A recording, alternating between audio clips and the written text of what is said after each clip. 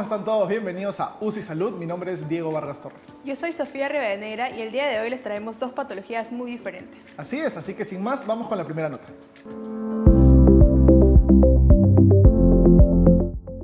La característica principal del hígado graso es el exceso de grasa almacenada en las células hepáticas.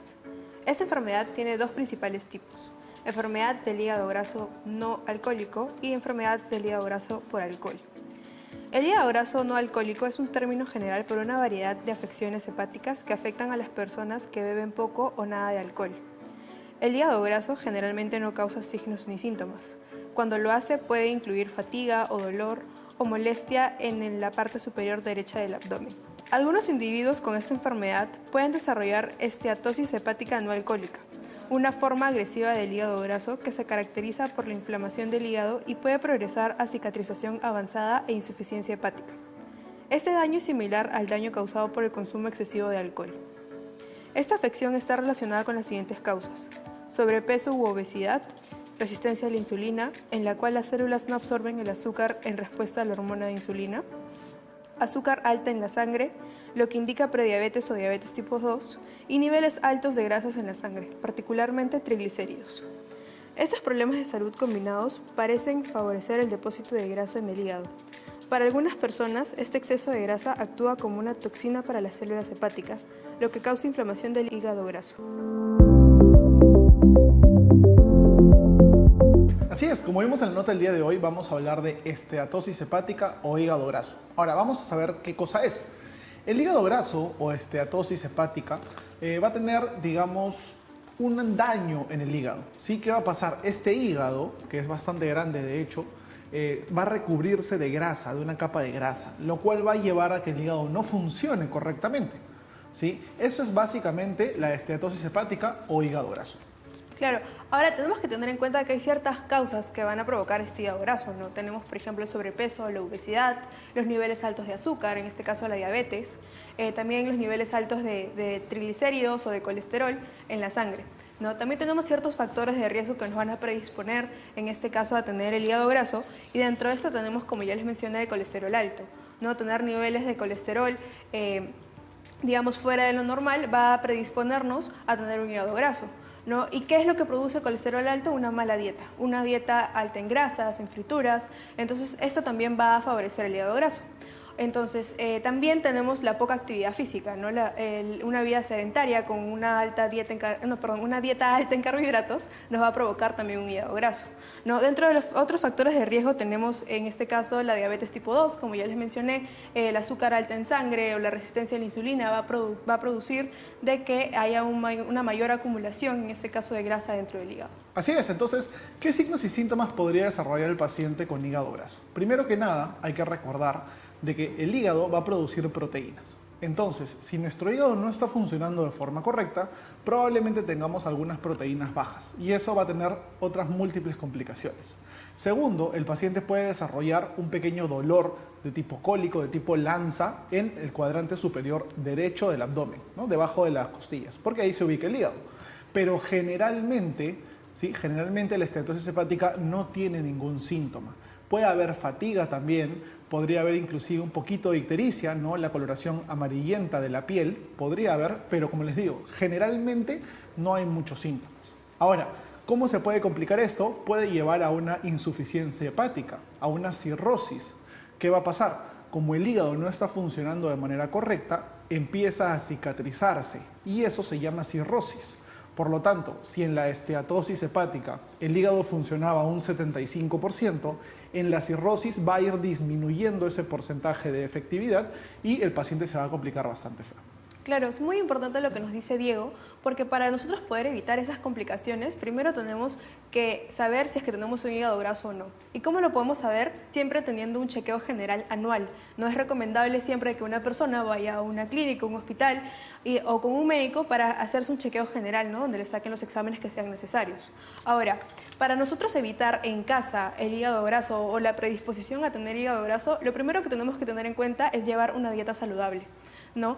Una dieta baja en grasas, una dieta que no sea, digamos, en su mayoría carbohidratos, sino también incluir los vegetales, las frutas y las proteínas. ¿no? Otro dato que tenemos que tener en cuenta es la actividad física. Es muy importante tener al menos 30 minutos de actividad física durante el día, ¿no? Y también tenemos que tener en cuenta de que, como ya les mencioné, siempre ir a un médico a hacerse un chequeo general. Así es, y en ese programa no solamente hablamos nosotros, sino que ustedes también nos hacen sus consultas, así que vamos con las preguntas de redes sociales. Antes que nada, agradecerles a todos por las consultas que nos dejan dentro de las redes sociales y recordarles que nos pueden encontrar en Facebook e Instagram como @UCISalud. La primera pregunta que tenemos el día de hoy es, ¿causa dolores el hígado graso? Es una excelente pregunta, de hecho lo vimos en la parte de signos y síntomas. Generalmente la esteatosis hepática o el hígado graso no causa signos y síntomas, pero pueden haber algunas personas que sí desarrollen dolores de tipo lanza o de tipo cólico, donde en la parte superior derecha del abdomen, justo debajo del reborde costal o de las costillas, porque ahí es donde se ubica el hígado. La segunda pregunta que tenemos es, ¿cada cuánto puedo tomar alcohol si es que tengo hígado graso? Esta es una pregunta muy interesante porque primero tenemos que tener en cuenta que el alcohol y el tabaco en realidad no se deben de consumir, ¿no? Entonces, si es que yo tengo un hígado graso y consumo alcohol, tenemos que saber que el alcohol se metaboliza o digamos pasa por el hígado. Entonces, si yo tengo un hígado graso que ya está enfermo y yo encima consumo alcohol, lo voy a dañar más. Entonces, lo ideal es de que no haya consumo de alcohol, tengas hígado graso o no tengas hígado graso. Ahora, la tercera pregunta que tenemos es, ¿puedo morir por hígado graso? Es una excelente pregunta porque de por sí, por el hígado graso, nadie se muere. Se mueren por las complicaciones del hígado graso. Como hablamos hace un momento, la cirrosis hepática o la insuficiencia hepática, ¿no? ¿Qué quiere decir esto? El hígado empieza a cicatrizarse, empiezan a morir ciertas células y deja de funcionar en su totalidad. Y eso va a llevar a diferentes problemas, ¿no? Entre ellos que las proteínas desciendan. Y si las proteínas descienden, nuestra sangre no se va a quedar del todo en los vasos sanguíneos y se va a desarrollar una serie de complicaciones. Por el hígado graso no te mueres, pero sí por las complicaciones que puede desarrollar este hígado graso. Muchas gracias a todos por estar con nosotros, por haber hecho sus preguntas por las redes sociales y no se pierdan el siguiente bloque que venimos con la entrevista a nuestro invitado.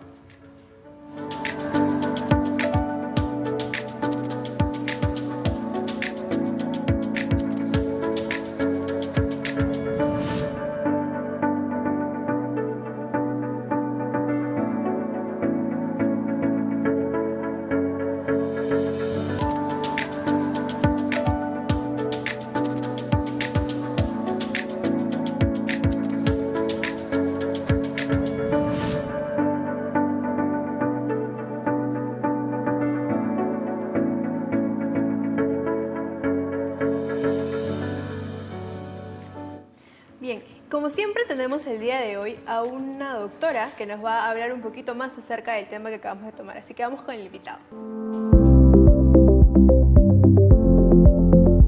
Así es, el día de hoy estamos con la doctora Leslie Cervera, doctora de la clínica Mega Salud Universal. Doctora, bienvenida. Buenos días, chicos. Gracias por la invitación. Encantada de estar con ustedes. Gracias a usted, doctora, por su tiempo, por siempre estar atenta a poder responder nuestras dudas. La primera pregunta que tenemos el día de hoy para usted, doctora, es ¿a qué se debe o qué cosa es exactamente el hígado graso? A ver, para hablar del hígado graso es llamado esteatosis hepática, que es la acumulación de grasa en el tejido del hígado, ¿no? El exceso de grasa se acumula en las células hepáticas, que son los llamados hepatocitos, y estos causan un mal funcionamiento del hígado, ¿no? Eso en realidad es la esteatosis hepática, que comúnmente conocemos como hígado graso. Hay varios tipos de hígado graso, pero el más común es el conocido como hígado graso no alcohólico, ¿no? Que es el que nosotros conocemos cuando tratamos a los pacientes. Claro, doctora, muy importante lo que nos menciona y teniendo ya, digamos, conocimiento de qué es el hígado graso y cuáles son sus causas, la pregunta que yo le quiero hacer es, ¿cuál es el tratamiento para el hígado graso? A ver, si hablamos de las causas del hígado graso, vamos a tener un sinnúmero. Las principales causas son la obesidad, el sobrepeso, también tenemos la diabetes, tenemos lo que se llama el síndrome metabólico, que son las principales causas del hígado graso. Entonces, un tratamiento específico que tendríamos, lo primero que tenemos que hacer es controlar las causas, controlar el tema de la obesidad, reducir los niveles de colesterol, de triglicéridos en la sangre, tratar de mantener, si una persona es diabético, tratar de mantener los niveles de azúcar en la sangre en niveles normales, porque si tú puedes ser un paciente diabético, como sabemos, la diabetes no tiene cura, pero puede estar controlado, ¿no? También otra de las causas que nosotros tenemos es baja actividad en las glándulas, en una glándula que se llama la glándula pituitaria. Entonces, el tratamiento de esta enfermedad se basa primero tratando las causas. ¿Por qué? Porque como tratamiento en sí no existe un medicamento, un fármaco maravilloso que te diga, sí, yo te doy esta medicina A y ya te vas a curar. No, el hígado graso se controla tratando las causas que lo ocasionan, ¿no? Entonces hay muchas personas, y muchas veces lo he escuchado en las consultas, que van pacientes de repente, no a todas las farmacias o algunos centros, y les dicen, sí, te vendo este medicamento que te cuesta tanto y con esto te vas a sanar y ya no vas a tener nada. No, no es cierto. Lo que te va a ayudar es acudir siempre a tus controles y sobre todo tratar de llevar un estilo de vida saludable.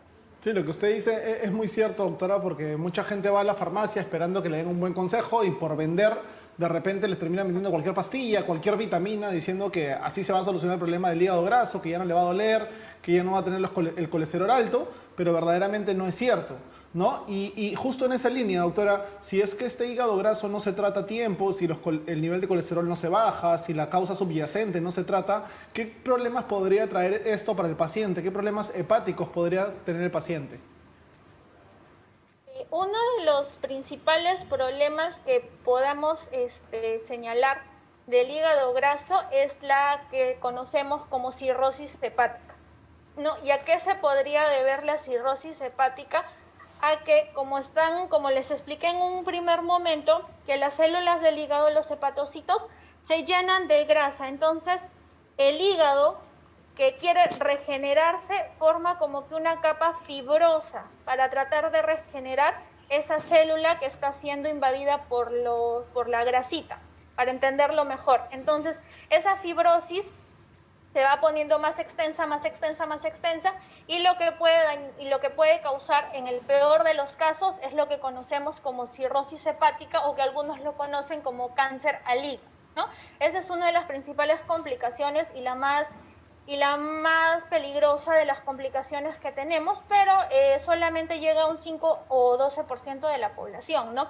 El resto de complicaciones se dan porque no hay un buen funcionamiento del hígado, no hay una correcta digestión de las grasas, vienen los cólicos, vienen los dolores, y sobre todo si es que no tratamos, como dije bien, las causas, las complicaciones en realidad que te van a dar van a ser de acuerdo a la causa que le está ocasionando el hígado graso, ¿no? Que, por ejemplo, si es que no tratamos bien la diabetes y seguimos aumentando los niveles de azúcar, te pueden dar fallas cardiovasculares. O sea, todo esto no es de una sola enfermedad, sino es un conjunto de enfermedades que te puede llevar a determinadas complicaciones de acuerdo a la causa que está produciendo la esteatosis hepática. Claro que sí, doctora. Hay que tener en cuenta lo que nos menciona la doctora Leslie, que es importante tratar la causa del hígado graso para poder mejorar los síntomas que pueda presentar el paciente, también mejorar la función hepática y evitar llegar a una cirrosis, ¿no? Que posteriormente el único tratamiento es un trasplante.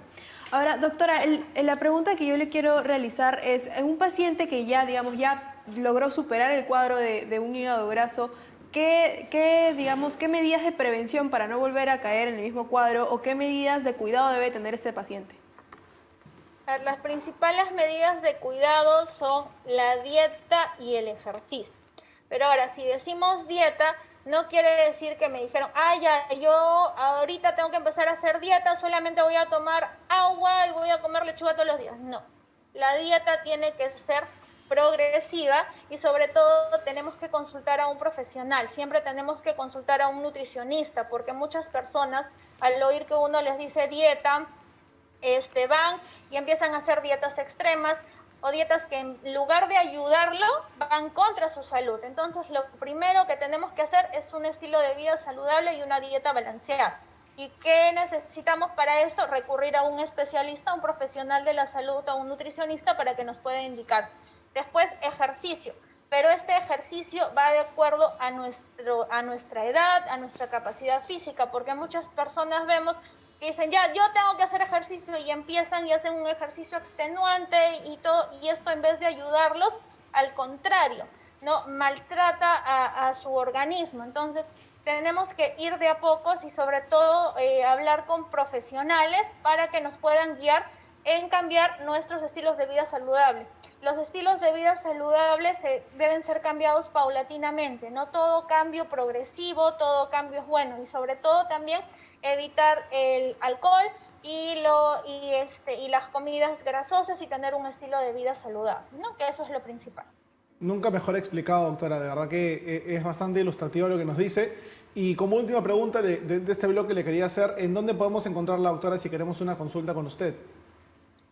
Yo actualmente trabajo en la clínica Mega Salud. Cualquier duda, cualquier consulta, ahí me pueden encontrar. Excelente, doctora. Muchísimas gracias por su tiempo. Nos quedamos con usted porque después, en el siguiente bloque, vamos a seguir conversando sobre otro tema muy importante. Pero en este momento vamos a ir con nuestro bloque COVID. Así es, en nuestro bloque COVID del día de hoy tenemos una pregunta. Y es la siguiente. ¿Cómo es que se hacen las pruebas? Bien, esta es una pregunta muy interesante porque hay muchas personas que no tienen muy claro cómo se realiza. Tenemos dos tipos de pruebas, la prueba rápida y la prueba molecular. En la prueba rápida es muy sencilla porque simplemente te van a hacer una pequeña incisión con una agujita en el dedo y van a, extraer unas gotitas de sangre. Esas gotitas de sangre le van a poner en lo que nosotros conocemos como cassette y posteriormente van a colocar unas gotitas de reactivo para que se pueda, leer la prueba posteriormente. En el caso de la prueba molecular, lo que van a realizar es mediante un hisopo estéril un poquito grande, van a introducirlo por la nariz para poder llegar hacia la orofaringe y poder, extraer una muestra de hisopado para luego llevarla al laboratorio y poder realizar, en este caso, la prueba PCR. Así es, entonces ahora que conocemos más o menos cómo se realiza la prueba, es muy importante que lo tengas en cuenta por si tienes que ir a algún centro de salud a realizártela. No te pierdas lo que viene después del corte porque venimos con una nueva patología para ti.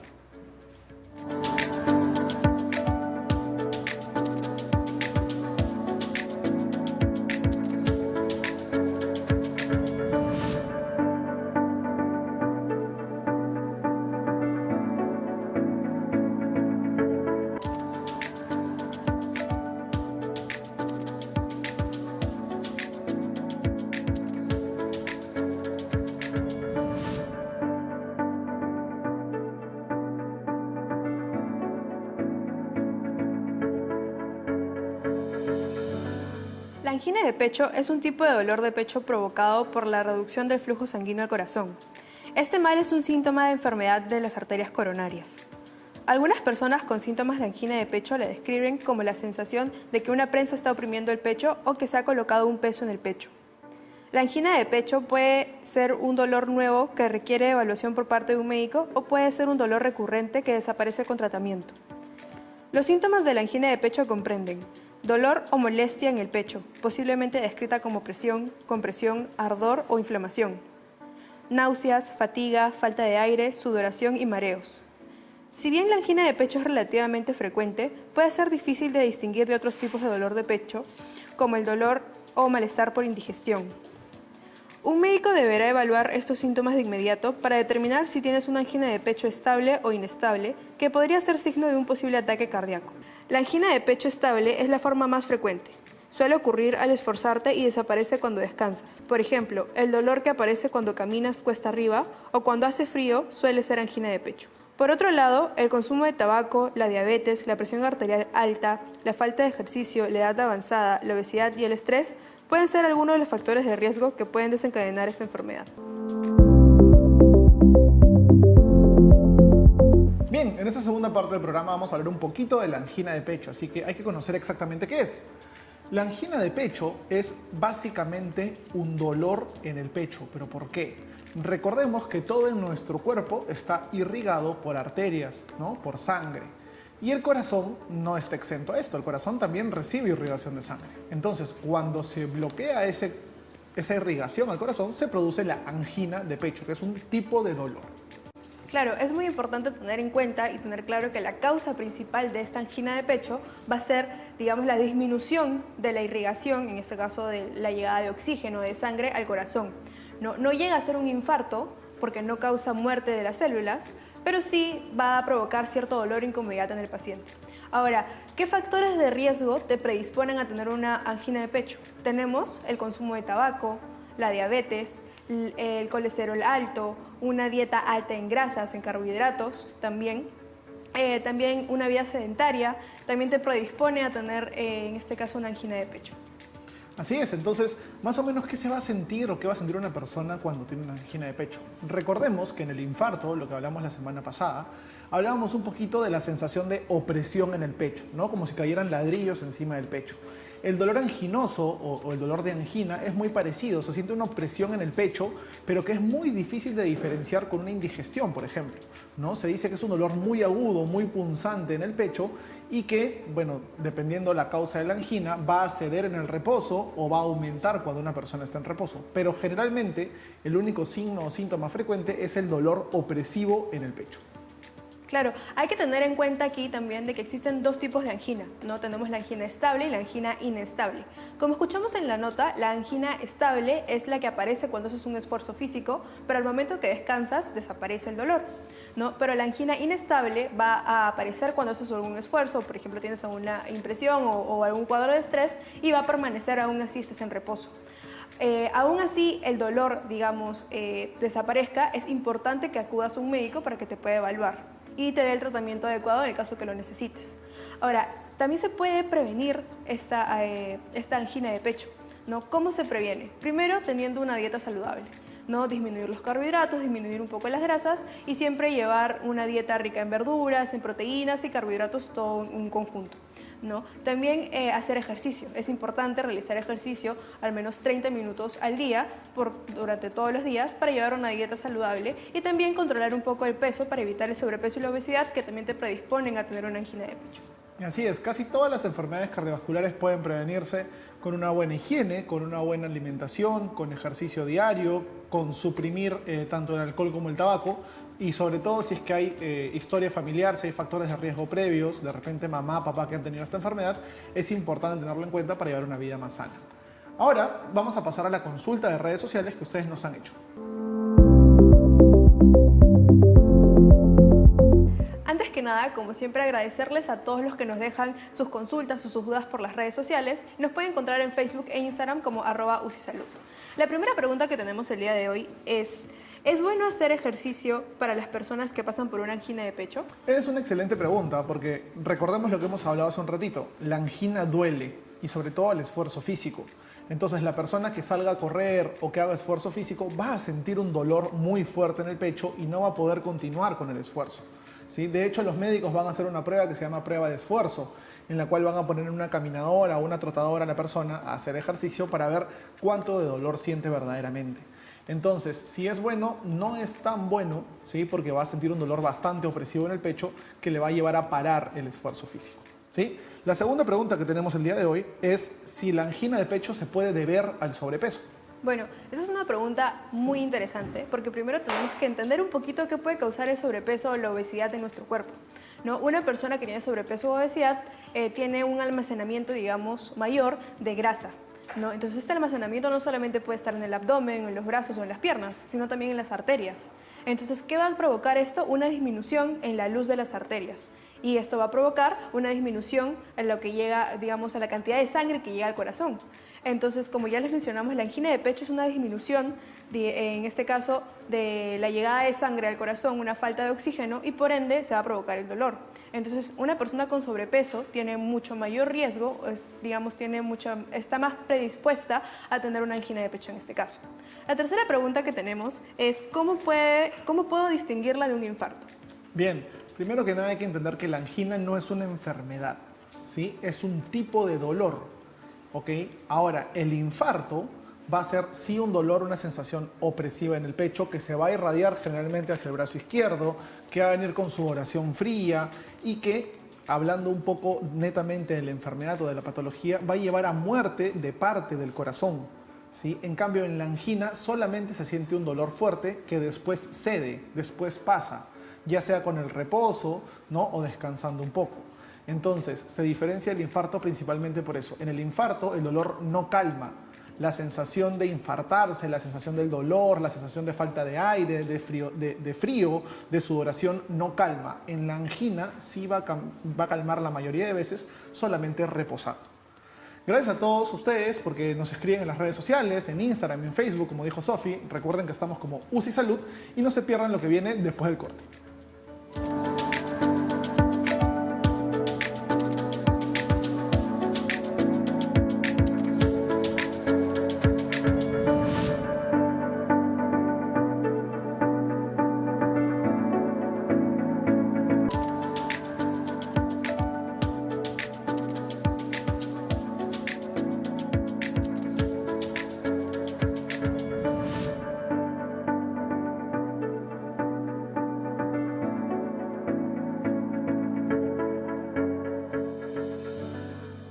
Bienvenidos de vuelta a UCI Salud y en este momento vamos a pasar con una entrevista, vamos a hablar con una doctora, la cual nos va a resolver algunas dudas que tenemos sobre la angina de pecho. Así que vamos con el invitado.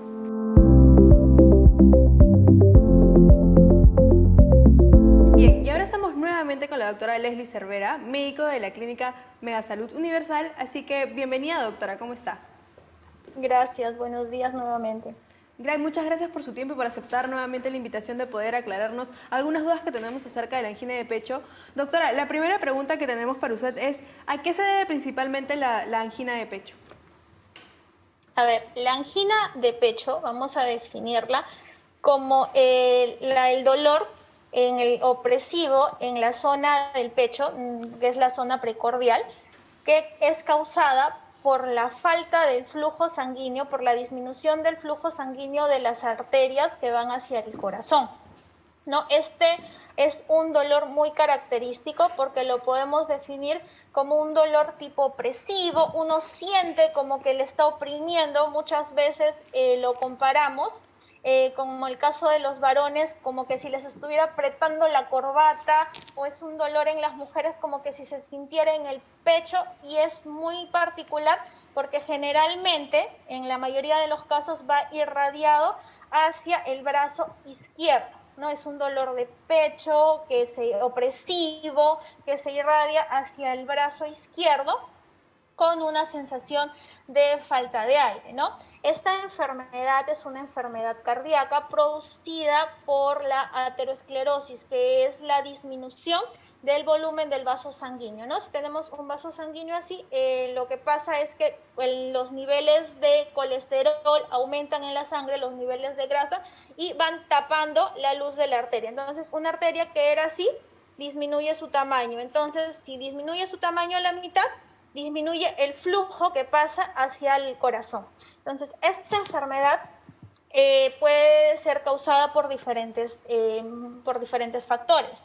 El principal es el consumo de tabaco, la presión alta, la diabetes. También tenemos que es pues, un factor de riesgo, el colesterol alto, los triglicéridos altos. Entonces, todo esto en conjunto son factores de riesgo para que nosotros podamos tener una angina. También en estos momentos el estrés también es un factor predisponente para que podamos tener una angina o los diversos tipos de angina que tenemos, ¿no?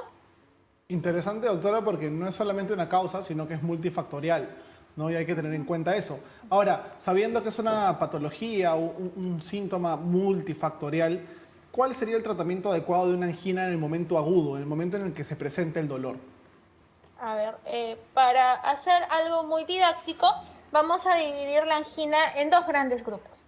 La angina estable y la angina de pecho inestable, ¿no? Para que se pueda entender. La angina de pecho estable es una angina en la que de repente tú estás caminando, estás haciendo algún ejercicio físico o estás haciendo no necesariamente un ejercicio extenuante, si no estás haciendo algún ejercicio o estás caminando o estás haciendo algo más de lo que normalmente haces y sientes como que el dolor, ¿no? Sientes como que el dolor, que se te va haciendo opresivo y tú descansas y obviamente el dolor va pasando, se va tranquilizando. Entonces, ¿por qué sucede esto? Porque tú al hacer algún tipo de actividad física, haces que el corazón lata un poco más y necesite llevar más sangre para que ese corazón pueda seguir latiendo más y pueda seguir trabajando más. Entonces, como esas arterias están tapadas, por decirlo así, no permite que el flujo pase debidamente al corazón y el corazón como que se cansa y eso es lo que te causa ese dolor. Entonces, tú al descansar haces que pase ese dolor porque el corazón vuelve, descansa y hace que pueda circular adecuadamente la sangre. Pero si hablamos de la angina de pecho inestable, la principal complicación que te puede dar es un paro cardíaco, lo que nosotros conocemos como ataque al corazón, ¿no? Entonces, el tratamiento de cualquiera de estos dos tipos de angina lo tiene que hacer un especialista y en este caso es el médico cardiólogo. Por eso es necesario que si nosotros o si algún paciente empieza a sentir como que esos dolores tipo opresivos que se irradian al brazo izquierdo y si es que no para o si es que a eso se le agrega dificultad respiratoria, lo que nosotros conocemos como cansancio, como una disnea, acudir inmediatamente a un establecimiento de salud más cercano porque podemos estar teniendo lo que nosotros conocemos como un infarto o como un preinfarto, ¿no? Y el tratamiento es netamente por el médico cardiólogo.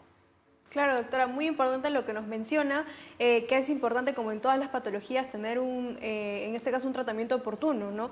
Doctora, y como usted nos mencionó, una de las complicaciones puede ser el infarto al corazón. Y yo quería preguntarle, aparte del infarto, ¿qué otras complicaciones se pueden presentar en una angina de pecho? Bueno, esa es la complicación más severa que se puede dar, un ataque al corazón, que es lo que nosotros conocemos, pero también poco a poco se va dando un infarto, ¿no? Nosotros conocemos o muchas veces confundimos lo que decimos como que ataque al corazón con un infarto agudo de miocardio, pero hay que tener en cuenta que no necesariamente los infartos son grandes. También los infartos son de pequeñas zonas, de pequeñas partes, de pequeños músculos del corazón, ¿no? De pequeñas partes del corazón. Entonces, esos se van como que infartando y lo que va ocasionando es una disminución de la función adecuada del corazón.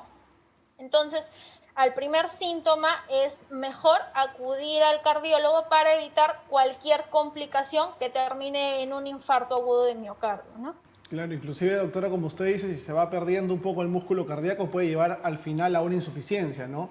El músculo empieza a morir, empieza a dejar de latir alguna zona que ya está muerta por el infarto y lógicamente no bombea igual la sangre, ¿no, doctora?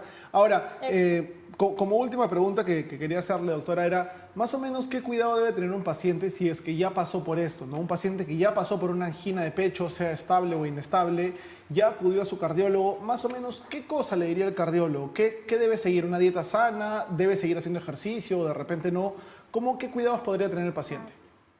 A ver, lo primero que te vamos a decir, en la mayoría de patologías que son por tema de colesterol o de placas de ateroma, que es la que se conoce, es estilos de vida saludable. Primero vamos a cambiar el tipo de dieta, ¿no? Vamos a disminuir las grasas en la comida, una dieta más saludable.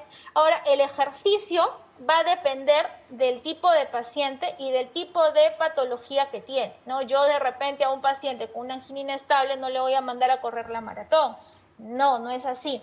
Todo es de acuerdo a la patología del paciente, ¿no? Todo es de acuerdo a cómo estés tú, a la edad que tú tienes, porque no vamos a comparar a una persona de repente de 40, 50 años con una persona de repente de 80, 90 años. Entonces, todo va de acuerdo a la edad y sobre todo a los factores de riesgo. Lo que sí es una condición y se tiene que cumplir es evitar y si es posible dejar el hábito de fumar. Lo principal. 2, disminuir o evitar, si es posible, evitar el consumo de alcohol.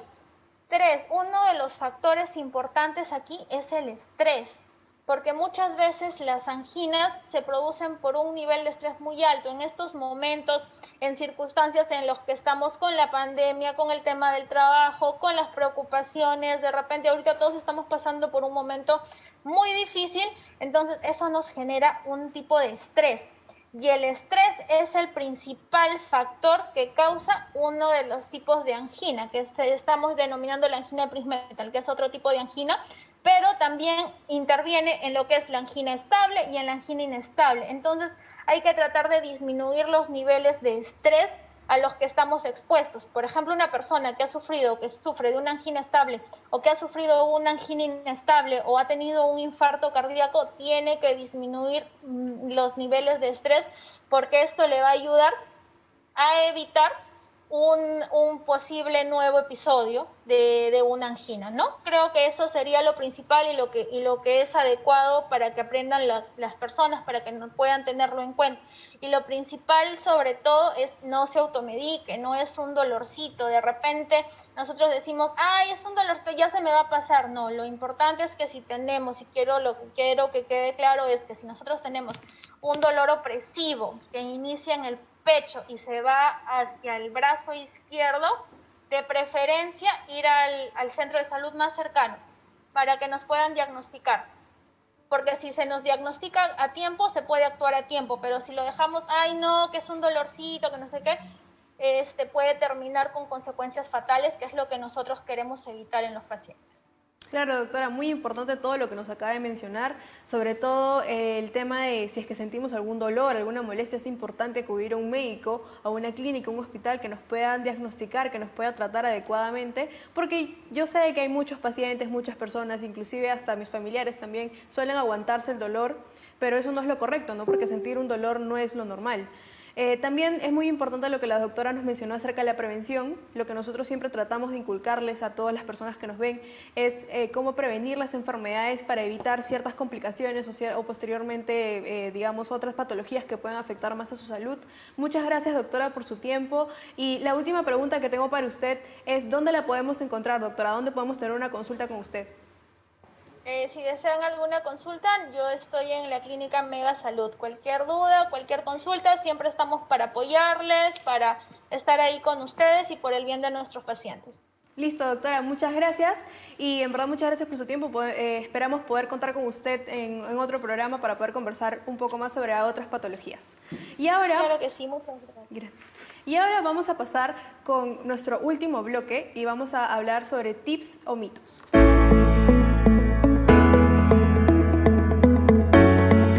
Bien, el día de hoy en nuestro bloque de mitos, el mito que tenemos es: si el hombre se hace la vasectomía, ¿nunca más podrá tener hijos? Bien, una pregunta muy interesante. A ver, cuando los espermatozoides se forman, van a viajar por un conducto llamado el conducto deferente y luego van a seguir su trayecto hasta que van a salir finalmente del pene. ¿Qué hace la vasectomía? La vasectomía es cortar o ligar estos conductos deferentes para que los espermatozoides ya no pasen. Existe una manera de reconectarlos, una cirugía de reconexión de conductos deferentes, pero va a depender, uno, del cirujano, va a depender si el paciente tiene comorbilidades y va a depender de qué tantos años o tiempo de separación hay entre una cirugía y la otra.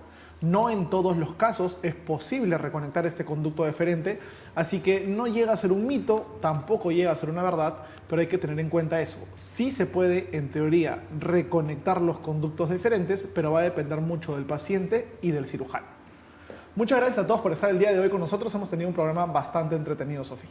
Sí, en verdad, muchas gracias. Estamos muy felices de poder aportar un poquito más a su conocimiento, poder darles algunos tips para prevención de ciertas enfermedades. Así es, recuerden que pueden estar con nosotros de lunes a viernes a las 9 de la mañana y a las 2 de la tarde por UCI.